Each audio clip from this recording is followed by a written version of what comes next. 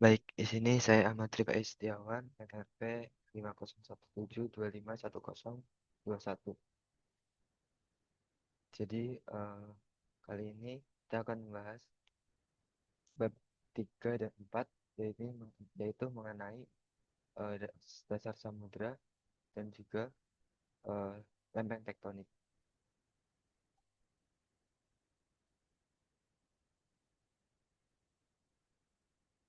Saya akan menjelaskan summary buku,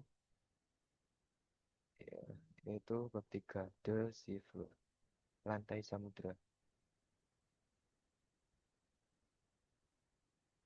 Nah, pada kali ini kita akan membahas bagaimana para peneliti tahu keadaan dan juga morfologi yang ada di bawah laut. Yaitu di sini dijelaskan bahwasannya kita menggunakan yang ada yang namanya echo sounder, terus ada SWOT bathymetry, seismic refleksi, sumber suara, hidropon, dan juga sheet scan tau facial. Nah, mekanismenya adalah ketika eh, peneliti melakukan pengukuran, yaitu dengan adanya echo sounder yang dilakukan di kapal. Ketika dipancarkan dari bawah, kemudian akan memantul, yang mana akan ditangkap di dalam kapal ini. Kemudian di sini juga ada alat yang namanya kayak namanya SWOT bathymetry, yang mana eh, dari itu bisa melihat adanya morfologi bawah laut gitu. Dan juga menggunakan seismic refleksi, ditangkap hidropon. Itu untuk mengenai kenampakan dan juga morfologi yang ada di bawah laut. Kemudian eh, continental shelf dan juga continental slope. Apa yang dinamakan continental shelf dan juga continental slope? Jadi continental shelf ini suatu turunan yang mana lereng itu tidak terlalu curam dan juga perbatasan antara daratan juga yang mau ke dalam laut gitu. Yang mana sudut kemerengannya ini biasanya itu rata-ratanya 0,1 derajat. Kemudian ada continental shelf ini lebih curam lagi, yang mana 0,4 sampai 0, eh 4 sampai 5 derajat. Nah, apa sih yang membedakan continental shelf dan juga continental slope? Jadi ketika peneliti itu meneliti continental slope, itu ada sesuatu yang eh, kurang bisa terteliti. Karena apa alasannya? Karena di continental slope ini nih, seismik refleksinya dan juga alat-alatnya itu tidak bisa menjangkau gitu ketika ada di continental slope. Tempatnya ini, yang mana ini kita gambarkan 2 km, kemudian continental slope ini dari kedalaman dari kedalaman 200 sampai 2 km. Kalau continental shelf ini 100 sampai 200. Nah, dari continental slope ini kemudian kan ada continental ridge, yang mana di situ juga kalau udah di continental ridge maka akan kelihatan kerak samudra. Nah, di sini ada apa? Ada submarine canyon dan juga abyssal vent. Kan tadi kita udah tahu kalau adanya continental shelf, terus setelah continental shelf ada continental slope. Nah, di continental shelf dan juga continental slope ini biasanya itu ada submarine canyon, yang mana submarine canyon itu kayak lembah gitu kan. Nah, lembah ini biasanya mengalirkan sedimentasi sehingga nanti tibalah di abyssal plain atau dataran abyssal, yang mana ketika tersedimentasi maka akan terbentuk suatu kipas kayak gitu bentukannya, sehingga dinamakan abyssal vent gitu.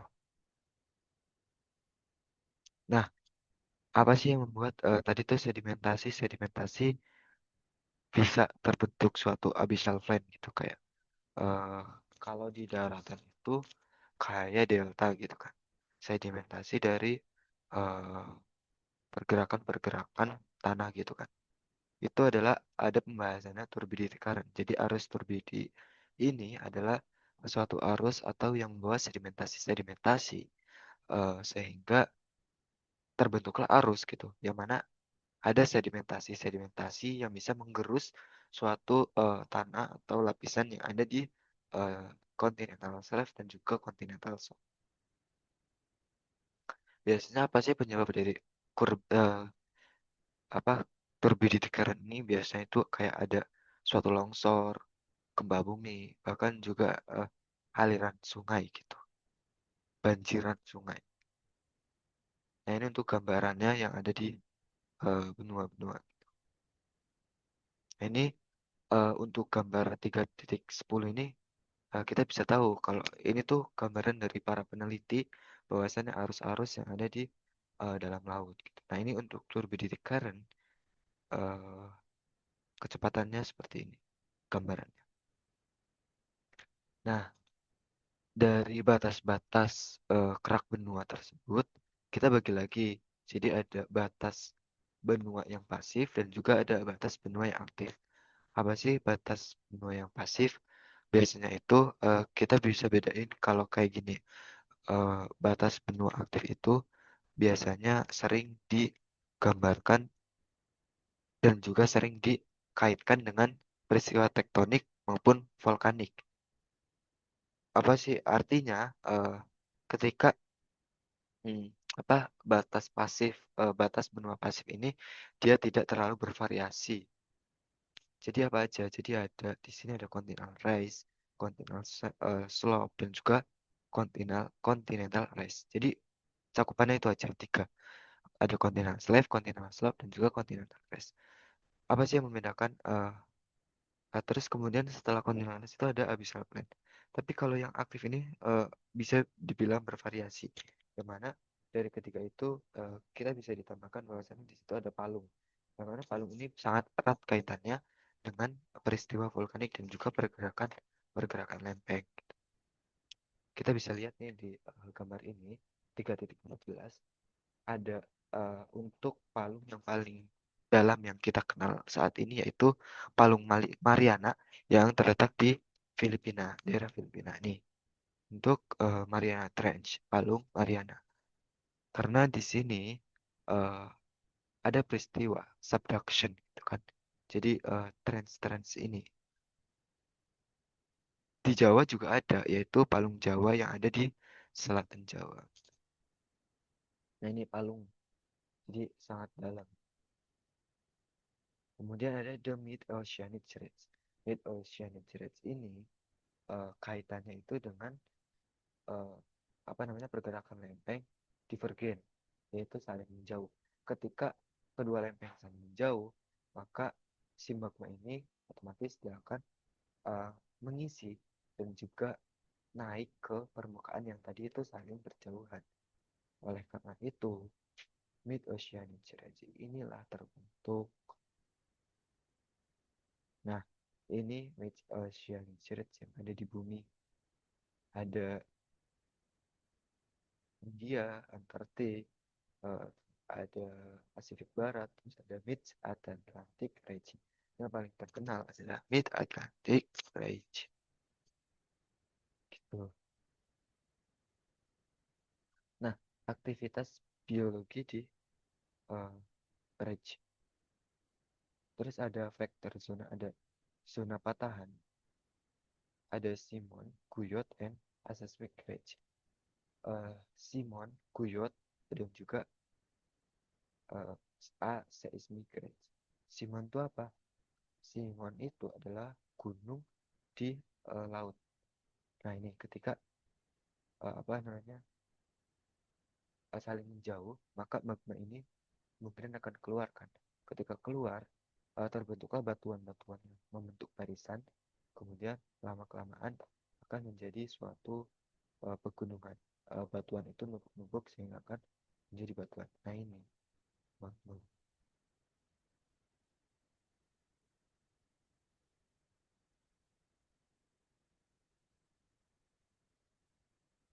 Nah, Guyot itu apa? Guyot itu dari yang tadi gunung itu, kemudian puncak gunung tererosi sehingga terbentuklah guyot.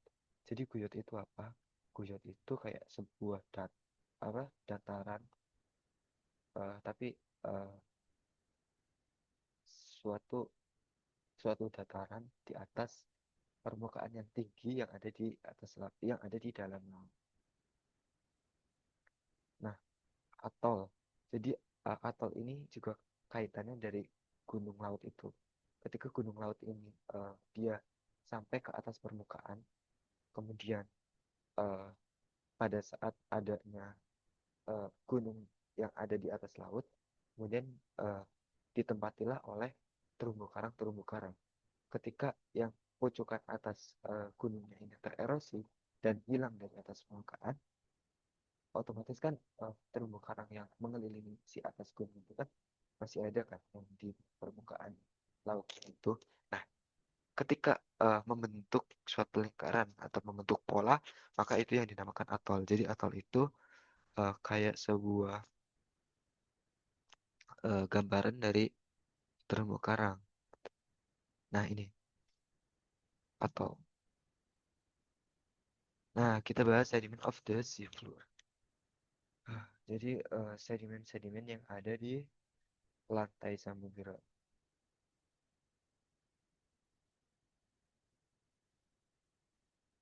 Nah, ini teman-teman tahu nggak ini apa?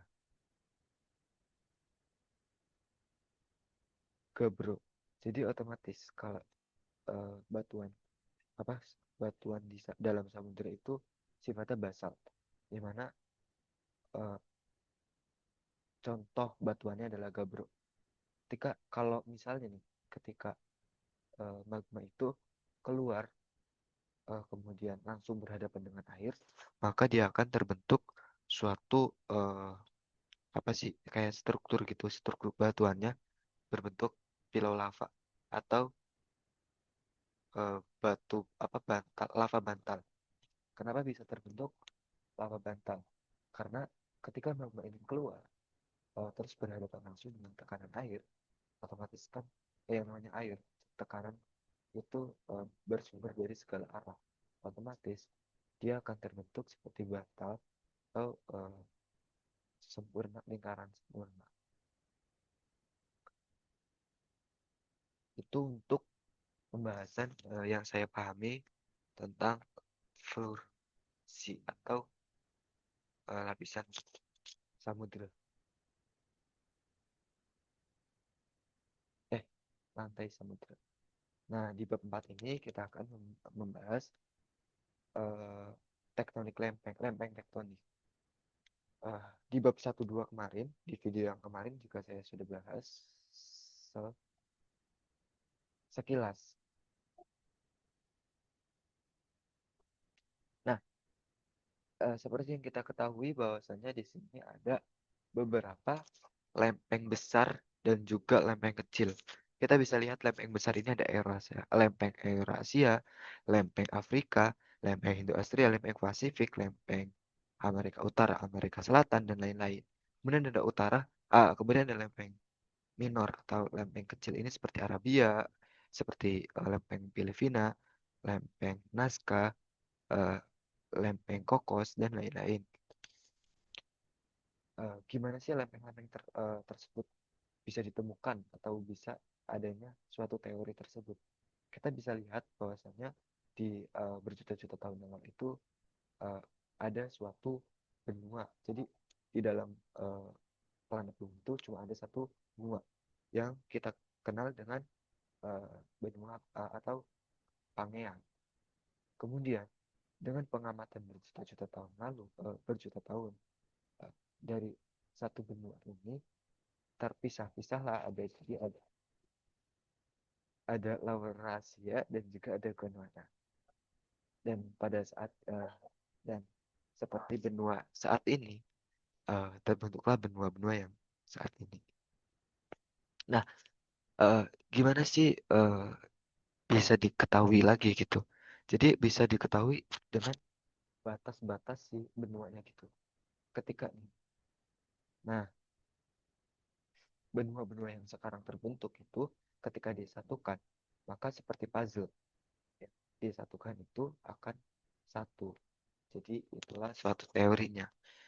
Teori lain yang mendukung yaitu dengan adanya persamaan flora dan fauna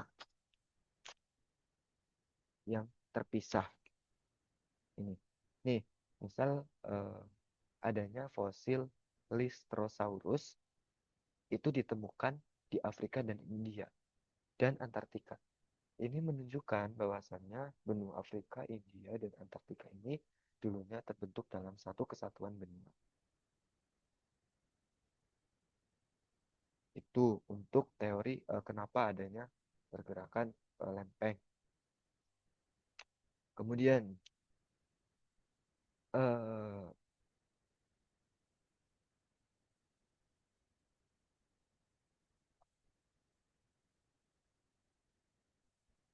kita bisa ketahui juga adanya pergerakan lempeng itu melalui yang namanya paleomagmatisme. Ketika kita amati di zona penyebaran samudera, ketika magma-magma itu yang baru terbentuk kemudian semakin melebar, semakin tersebar. Dari situ kita bisa mengamati eh, dalam dalam waktu sekian itu eh, kandungan magnet yang ada di batuan itu tuh arahnya kemana. Dan kemudian dalam jangka waktu kita amati lagi, otomatis kandungan magnetnya itu berbeda. Nah, hal tersebutlah yang menunjukkan adanya eh, pergeseran gitu dari lempeng-lempeng. Ini gambarnya, eh, dia akan selalu bergerak gitu. Kontinennya itu karena kontinen itu memiliki densitas 2,7, sedangkan kerak samudra itu 3.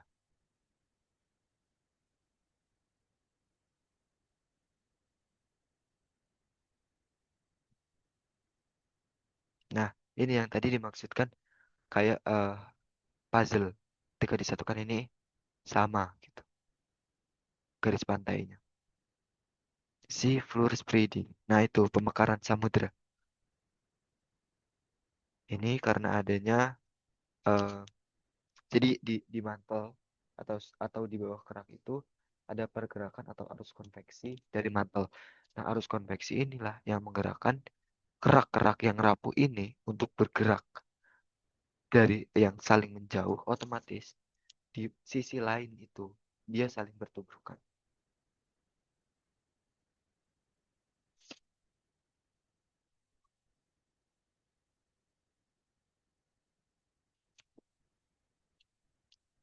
Ini teman-teman. Nah, untuk anomali magnetik samudra, ini seperti yang tadi saya jelaskan. Jadi kalau kita amati eh, batuan-batuan yang berbeda umurnya, dia memiliki kandungan magnet yang berbeda. Dari sini kita bisa mengamati eh, selain umur dan juga arah magnetnya, itu kita juga bisa eh, bisa apa namanya mengamati tuh kondisi bumi atau iklim kondisi saat itu tuh bagaimana dari anomali magnetik tersebut.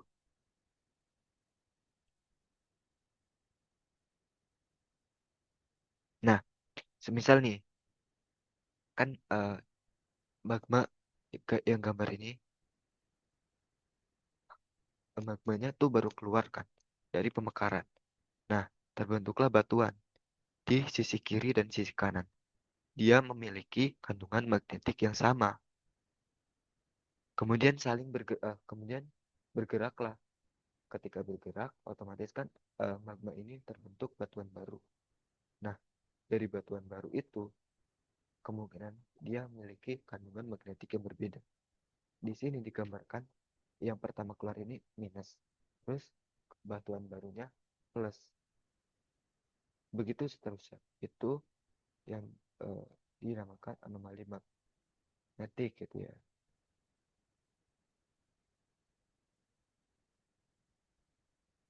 Nih, untuk pergerakan lempeng itu sendiri.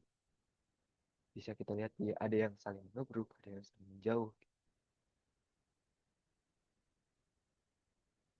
Nah, ketika saling menjauh ini dia terisi air dan bahkan bisa menjadi laut dulunya.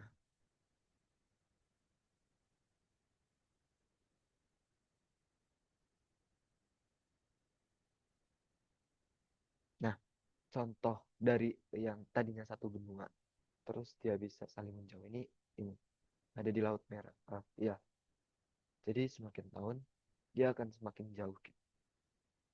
Kemungkinan akan berpisah gitu, pisah benua.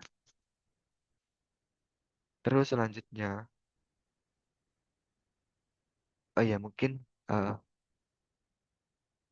jadi ada batas kan udah kemarin udah dibahas kan ada batas transform, ada batas divergen dan juga ada batas konvergen. Ketika kita ketahui batas yang paling gampang dipahami itu batas konvergen, yang mana batas itu ada di selatan Jawa dan juga di barat apa Sumatera. Batas konvergen itu atau subduction atau kolisi itu kan tumbukan. Ketika tumbukan ini dia akan terbentuk kayak suatu barisan pegunungan ataupun gempa gitu. Namun ketika divergen, ketika saling menjauh, maka akan terbentuk shiny ridge atau seafloor, pegunungan bawah laut.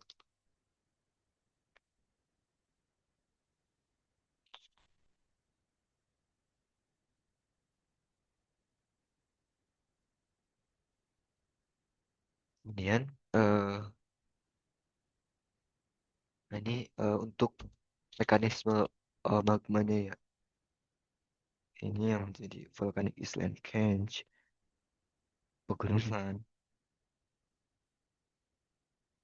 Nah, ini ketika ini bergerak, yang sisi ini eh, kemudian bertabrakan dengan kontinen, otomatis yang samudera menunjam ke bawah. Maka dari penunjaman ini, maka kerak yang ini dia akan eh, apa namanya meleleh, kemudian akan terbentuklah naik ke atas lagi dan akan jumlah hukum.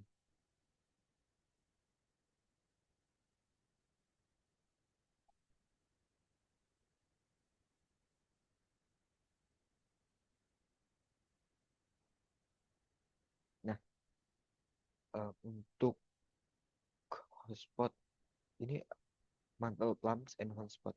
Jadi kalau hotspot ini gampangannya kita bisa lihat di eh, Hawaii.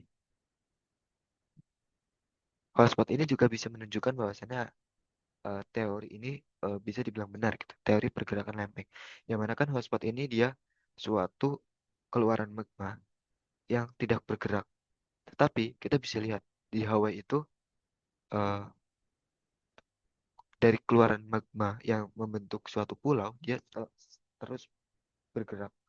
Jadi eh, pulau yang satu nih, dia terus bergerak ke arah utara, timur utara gitu. Kemudian bertahun-tahun si hotspot ini terus mengeluarkan kan. Dia selalu bergerak. Jadi banyak pulau-pulau yang terbentuk dari hotspot.